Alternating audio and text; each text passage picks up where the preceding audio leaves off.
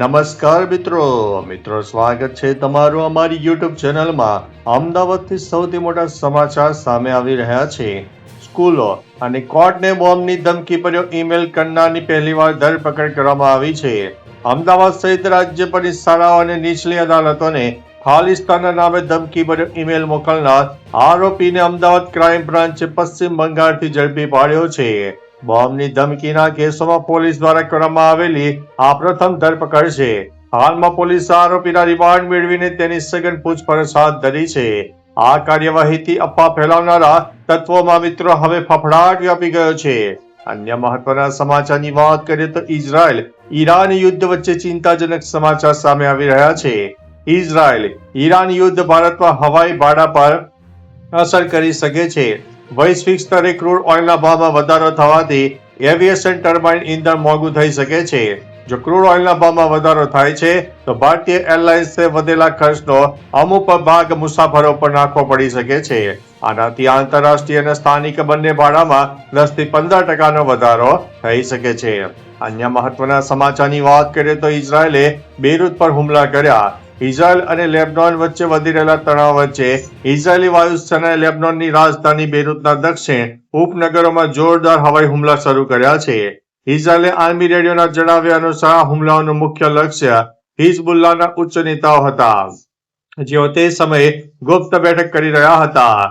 લેબનોનની national news agency મુજબ આ હુમલાઓ કોઈ પણ ચેતવણી વગર કરવામાં આવ્યા હતા, જેથી જાનમાલનું વધુ નુકસાન થવાની ભીતિ છે। અન્ય મહત્વના સમાચારની વાત કરીએ તો અમેરિકાના વિઝા અપાવવાના બહાને 6.80 લાખની ઠગાઈ। મહેસાણાના ભરત પટેલ સાથે અમેરિકાના ટુરિસ્ટ વિઝા અપાવવાના બહાને 6.80 લાખની ઠગાઈ થઈ છે। વિશાલ પટેલ અને સુરતના એજન્ટ વિષ્ણુ પટેલે પરિવાર સાથે અમેરિકા મોકલવાનો વિશ્વાસ આપીને ટુકડે રકમ પડાવી હતી। મુંબઈ એમ્બેસીમાં ઇન્ટરવ્યુમાં નાપાસ થયા બાદ એજન્ટોએ રકમ પરત કરવાનું વચન આપ્યું હતું। બી ડિવિઝન પોલીસ મથકે ફરિયાદ નોંધવામાં આવી છે। અન્ય મહત્વના સમાચારની વાત કરીએ તો 12 લાખનો પ્રતિબંધિત દવાનો જથ્થો ઝડપાયો છે। અમદાવાદના રાયખડ વિસ્તારમાંથી ગાંધીનગર સીઆઈડી ક્રાઇમ બ્રાન્ચની ટીમે એન્ટી નાર્કોટિક્સ ટાસ્ક ફોર્સે રૂપિયા 12 લાખની કિંમતની 3000 અલ્પ્રાઝોલમ ગોળીઓ સાથે 3 વ્યક્તિઓની ધરપકડ કરી છે। તપાસમાં આ દવાઓનો જથ્થો સોલાના ચાણક્યપુરી સ્થિત બજરંગ મેડિકલ સ્ટોરના માલિક હાર્દિક ઠક્કર પાસેથી મેળવ્યો હોવાનું ખુલ્યું છે। ટાસ્ક ફોર્સે આ મામલે પોલીસ સ્ટેશનમાં ગુનો નોંધીને વધુ તપાસ હાથ ધરી છે। મિત્રો, અન્ય મહત્વના સમાચારની વાત કરીએ તો લાખો ખર્ચ કરીને અબજપતિઓનું પલાયન। ઈરાની હુમલા બાદ ગલ્ફ દેશોના અબજપતિઓ દુબઈ અને અબુધાબી જેવા શહેરોમાંથી ભાગી ગયા છે। તેઓ ચાર્ટર ફ્લાઇટ ઉપર પ્રતિ ટિકિટ 3 કરોડનો ખર્ચ કરી રહ્યા છે। રણમાં વૈભવી વસ્તુ આનંદ માણતા શ્રીમંત લોકો હવે રિયાદ તરફ ભાગી રહ્યા છે। ખાનગી સુરક્ષા કંપનીઓએ દુબઈથી રિયાદ સુધીની 10 કલાકની રોડ મુસાફરી માટે લક્ઝરી એસયુવીનો કાફલો તૈનાત કર્યો છે। ઈરાની હુમલાઓએ ગલ્ફ દેશો પ્રત્યે રોકાણકારોનું આકર્ષણ પણ ઘટાડ્યું છે। અન્ય મહત્વના સમાચારની વાત કરીએ તો કીર્તિ પટેલ ઇન્દ્ર ભારતી બાપુના પગે પડી। જૂનાગઢમાં કીર્તિ પટેલ અને ઇન્દ્ર ભારતી બાપુ વચ્ચે ચાલી રહેલા વિવાદમાં અંતે સમાધાન થયું છે। કીર્તિ પટેલે શાલ ઓઢાડીને બાપુનું સન્માન કર્યું અને સાધુ સંતોના આશીર્વાદ લીધા। તેમણે જણાવ્યું કે સનાતન ધર્મનું માન જળવાય અને ભારતીય પરિવારમાં એકતા રહે તે માટે આ નિર્ણય લીધો છે। ગીદાની મારનારની કૃપાથી વિરોધીઓના મનસુબા નિષ્ફળ રહ્યા છે। અન્ય મહત્વના સમાચારની વાત કરીએ તો આ બાવાથી સાવધાન થઈ જજો, છેતરાઈ જશો। નકલી સાધુનો વેશ ધારણ કરીને લોકોને પોતાની મીઠી વાતોમાં ફોસલાવીને રોકડ, મોબાઈલ તેમજ સોના ચાંદીના દાગીના પડાવતો આ બાવો તમને કદી ભટકાયો તો નથી ને? સુરત પોલીસે તેને ઝડપી પાડ્યો છે। આ નકલી સાધુ કઈ રીતે નકલી સાધુ બનીને પોતાની જાહેરમાં લોકોને ફસાવતો હતો તેનો વિડીયો અહીં શેર કર્યો છે। લોકો સાથે થયેલી છેતરપિંડીના આધારે સુરત ક્રાઇમ બ્રાન્ચ પોલીસે નકલી સાધુડાને ઝડપી પાડ્યો છે। અન્ય મહત્વના સમાચારની વાત કરીએ તો જોરદાર હુમલા ચાલુ રહેશે। ઇઝરાયલના વડાપ્રધાન બેન્જામિન નેતન્યાહુએ એરફોર્સ બેઝ પરથી સ્પષ્ટ કર્યું છે કે ઈરાન પરના હુમલાઓ અટકશે નહીં। તેમણે ઘોષણા કરી છે કે ઇઝરાયેલે પાયલોટના અત્યારે તેહરાન અને લેબનોનના આકાશમાં પ્રભુત્વ જમાવી રહ્યા છે અને ઈરાન સામે પૂરી તાકાતથી લશ્કરી કાર્યવાહી ચાલુ છે। નેતન્યાહુએ કહ્યું છે કે હિઝબુલ્લાહ ઇઝરાયલ પર હુમલો કરીને મોટી ભૂલ કરી છે, જેની કિંમત ચૂકવવી પડશે। અન્ય મહત્વના સમાચારની વાત કરીએ તો ભારત પાસે માત્ર 25 દિવસનું તેલ બચ્યું છે.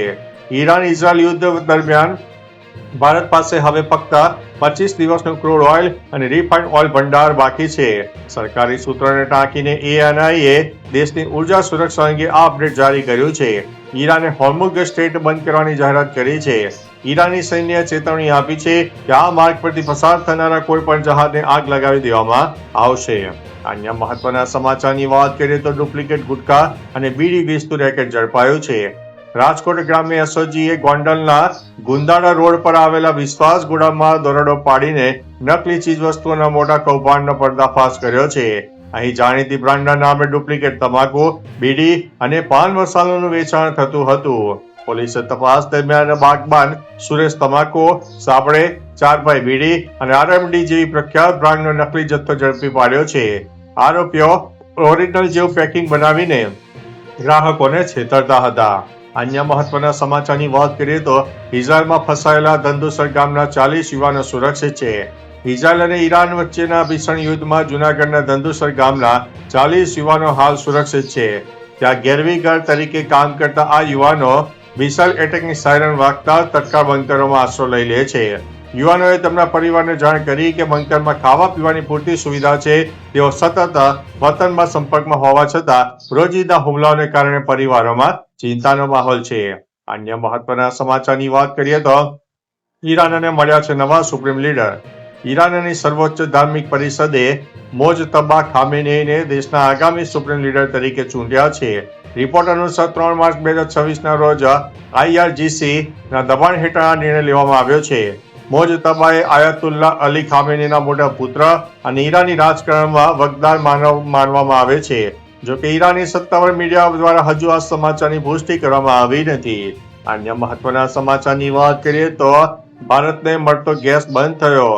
ઈરાને કતારના રાસ લફાન અને મેસાઇદ ગેસ પ્લાન્ટ ઉપર કરેલા મિસાઇલ હુમલાને કારણે કતરે ઉત્પાદન અટકાવ્યું છે, જેને ભારતે તેની જરૂરિયાતનો 40% LNG કતર પાસેથી લે છે, જેમાં હવે બહુ મોટો કાપ આવ્યો છે. હોર્મુઝ સ્ટ્રેટ તણાવને કારણે શિપમેન્ટ અટકતા ગેસના ભાવ $25 પ્રતિ BTU પહોંચ્યા છે. આ સંકટથી ભારતમાં ખાતર ઉત્પાદન અને પાવર જનરેશન ઉપર તેની માઠી અસર થવાની ભીતિ છે. અન્ય મહત્વના સમાચારની વાત કરીએ તો ઈરાન ઇઝરાયલ યુદ્ધમાં 37 ભારતીય જહાજો ફસાયા છે. ઇઝરાયલ અને ઈરાન વચ્ચેના વધતા તણાવને કારણે ઈરાને ફારસની ખાડી બંધ કરી દીધી છે, જેના પરિણામે ભારત જઈ રહેલા 37 જહાજો અને 1109 ભારતીય નાવિકો ત્યાં અટકાવી પડ્યા છે. આ જહાજોમાં ભારત માટે અત્યંત મહત્વનો ક્રૂડ ઓઇલ અને LNG જથ્થો ભરેલો છે. ભારત સરકારે ગંભીર પરિસ્થિતિને ઉકેલવા અને નાવિકોની સુરક્ષા માટે શિપિંગ મંત્રાલય દ્વારા રિસ્પોન્સ ટીમની રચના પણ કરી છે. અન્ય મહત્વના સમાચારની વાત કરીએ તો વર્ષનું પ્રથમ ચંદ્રગ્રહણ પૂર્ણ. ભારતમાં દેખાયો બ્લડ મૂન. વર્ષ 2026નું પ્રથમ ચંદ્રગ્રહણ પૂર્ણ થયું છે, જે ભારતભરમાં સ્પષ્ટપણે જોવા મળ્યું છે. દિલ્હી NCR સહિત દેશના અનેક ભાગોમાં લોકોએ આ ખગોળીય ઘટનાને નિહાળી છે. આ ગ્રહણ દરમિયાન આકાશમાં અદ્ભુત બ્લડ મૂન જોવા મળ્યો છે, જેની દુર્લભ તસવીરો સોશિયલ મીડિયા પર વાયરલ થઈ છે. વૈજ્ઞાનિક દ્રષ્ટિએ આ એક મહત્વની ઘટના મનાઈ છે. અન્ય મહત્વના સમાચારની વાત કરીએ તો બજારમાં ભૂકંપ, સોના ચાંદીમાં મોટો કડાકો. ડોનાલ્ડ ટ્રમ્પના યુદ્ધ લાંબુ ચાલશે તેવા નિવેદન બાદ વૈશ્વિક બજારોમાં હાહાકાર મચી ગયો છે.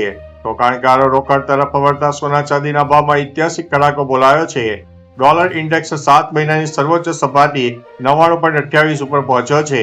વાયદા બજારમાં ચાંદી લગભગ 20,000 અને સોનામાં પણ લગભગ 7,000નો કડાકો બોલાયો છે. શેર બજારમાં ભારે વેચવાલી પણ જોવા મળી છે. અન્ય મહત્વના સમાચારની વાત કરીએ તો ભાજપની રાજ્યસભાની પ્રથમ યાદી જાહેર. ભાજપે રાજ્યસભા માટે 9 ઉમેદવારોની પ્રથમ યાદી જાહેર કરી છે. રાષ્ટ્રીય અધ્યક્ષ નીતિન નવીન બિહારથી ચૂંટણી લડશે. યાદીમાં છત્તીસગઢથી લક્ષ્મી વર્મા, આસામથી તેરાસ ગોવાલા અને જગન મોહન, હરિયાણાથી સંજય ભાટિયા, ઓડિશાથી મનમોહન સામલ અને સુજીત કુમાર તેમજ પશ્ચિમ બંગાળથી રાહુલ સિંહાનો સમાવેશ થાય છે. 10 રાજ્યોની 37 બેઠકો માટે 16 માર્ચના રોજ મતદાન યોજાશે. અન્ય મહત્વના સમાચારની વાત કરીએ તો આખી દુનિયા માટે ટ્રમ્પનું મોટું એલાન. ઇઝરાયેલે ઈરાન જંગ વચ્ચે તેલ સપ્લાય ખોરવાતા ટ્રમ્પે મોટી જાહેરાત કરી છે. હોર્મુઝ સ્ટ્રેટથી પસાર થતા તમામ દેશોના જહાજોને અમેરિકા હવે સસ્તા દરે પોલિટિકલ રિસ્ક ઇન્સ્યોરન્સ અને ગેરંટી આપશે. ઉર્જા પુરવઠો જાળવી રાખવા માટે જરૂર પડે અમેરિકા તેની પોતાની ટેન્કરો સાથે સુરક્ષિત સેવા પૂરી પાડશે. આ મહત્વપૂર્ણ નિર્ણયથી વૈશ્વિક બજારના તેલના ભાવ સ્થિર રાખવા અને જહાજોની સલામત અવરજવર કરવામાં અમેરિકા સીધી મદદ કરશે. તો ચાલો મિત્રો, ફરીથી દેશ અને દુનિયાના સુપરફાસ્ટ સમાચાર લઈને મળતા રહીશો. ત્યાં સુધી અમને રજા આપશો. નમસ્તે.